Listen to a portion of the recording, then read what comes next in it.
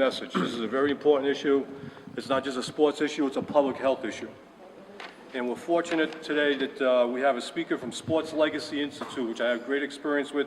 They're really been put together to advance the study, treatment, and prevention of brain trauma in athletes. Today, giving the message for Sports Legacy is Paul Grant. Paul is entering his 5th season as the assistant coach at MIT.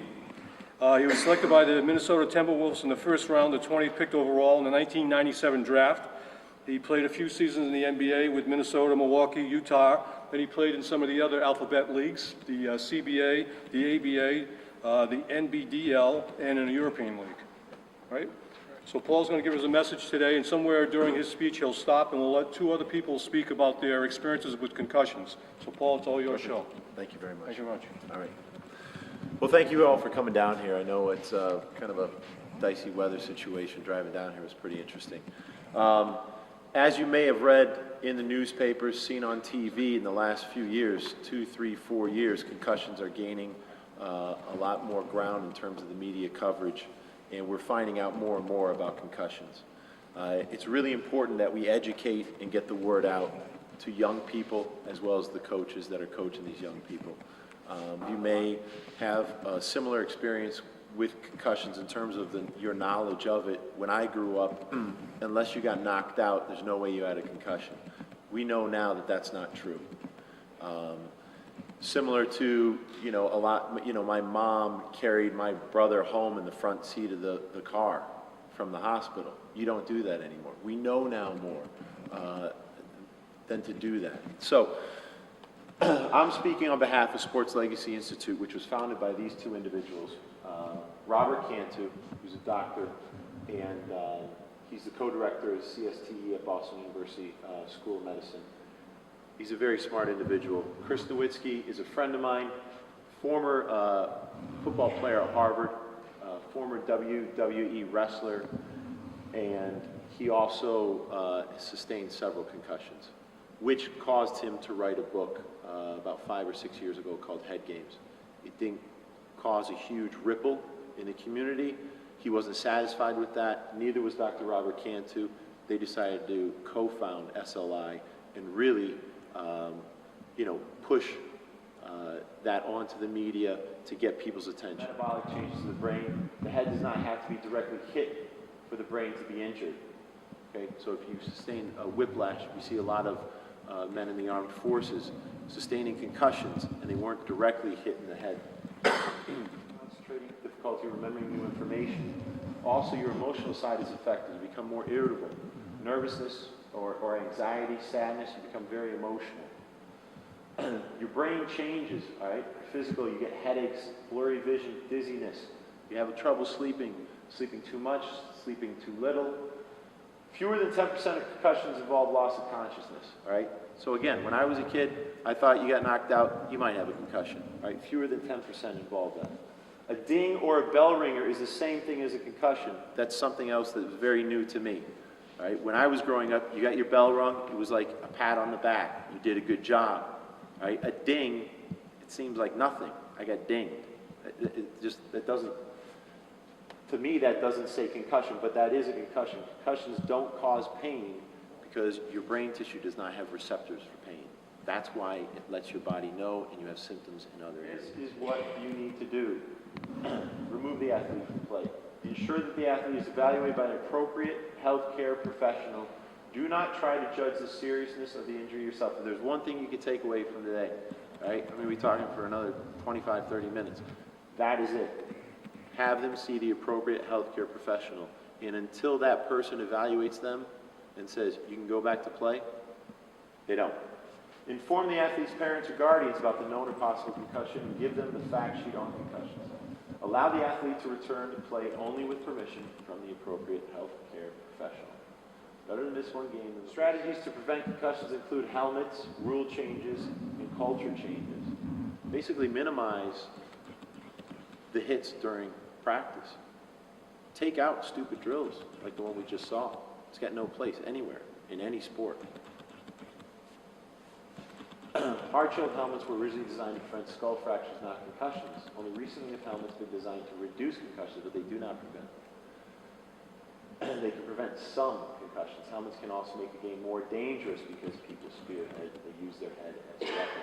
Mouthpieces have not been shown to reduce concussions. They're not there.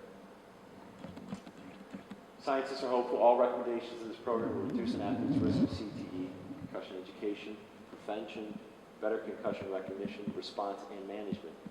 CTE appears to be correlated to total brain trauma. To prevent CTE, we should attempt to dramatically reduce subconcussive hits to the head.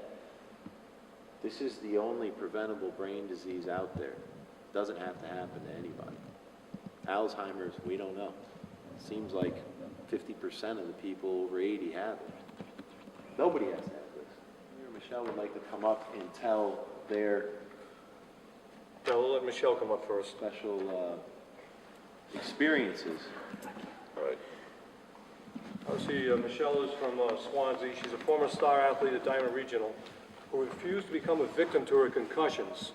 Instead, she became an advocate for this issue, including testifying at the State House in Boston and in Washington before Congress. I got to see this up close because this is my daughter. Her first concussion was back in 8th grade, so we've been dealing with this issue for 7 to 8 years. We were driving back on Route 24 one day, coming back from one of her many doctor visits. She tapped me on the shoulder, and she actually forgot this and said, "You got to do something about this." And that's when we started getting the School Committee Association involved, and we started fighting for a state law. And we finally got the law passed last year, which was the 6th state to have the law passed. She's been seeing Dr. Cantu, Dr. McGrath. She's been to Boston Children's Hospital. She's had chiropractors. You name the doctor, we've seen it.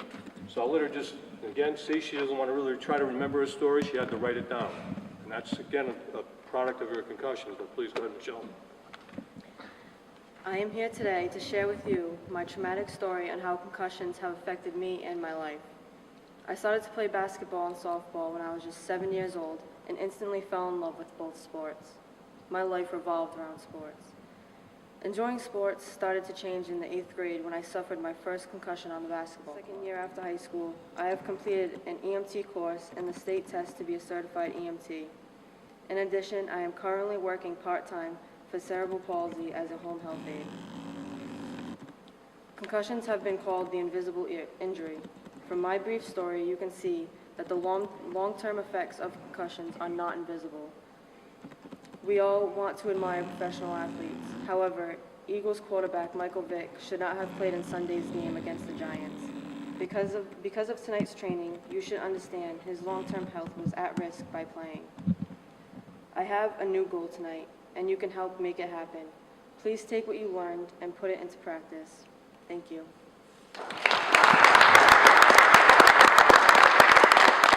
Physical therapy in Bristol, Rhode Island.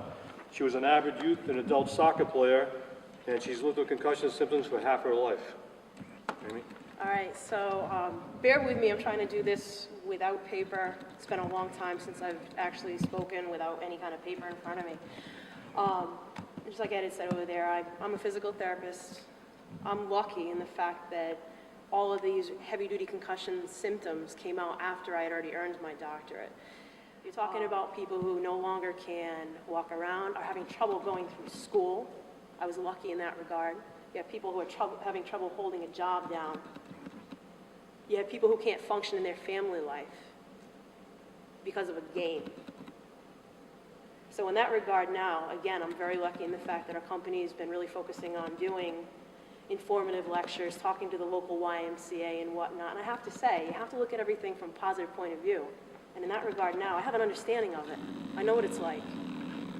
So when an athlete comes up to you as a parent or as a coach and says, hey, I just don't feel right, or you see them walking around and you know they're not looking right, take them out. Who cares? It's a soccer game. It's fun. But when you're sitting there walking around like this, and the next day they can't concentrate in their math class, not worth it. When I take my staff out for a dinner, and I can't calculate the tip, and I have a doctorate, that's a problem. So if you can take anything away tonight, that's my biggest goal, is it's a game. It's fun. How many of us are going to end up pros? There you go. Nice. But it's not worth it. And that's it.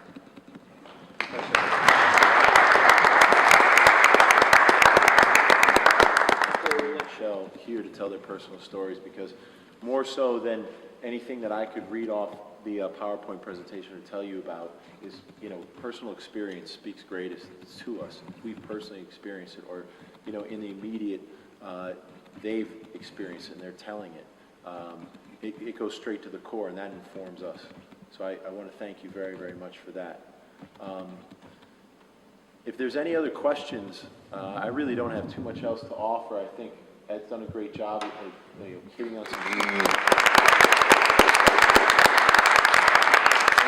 Yep, there's a lot of materials back there, and clipboards and stuff like that. You should take them, get them back to your fellow coaches, fellow leagues, and make sure you spread the word, please.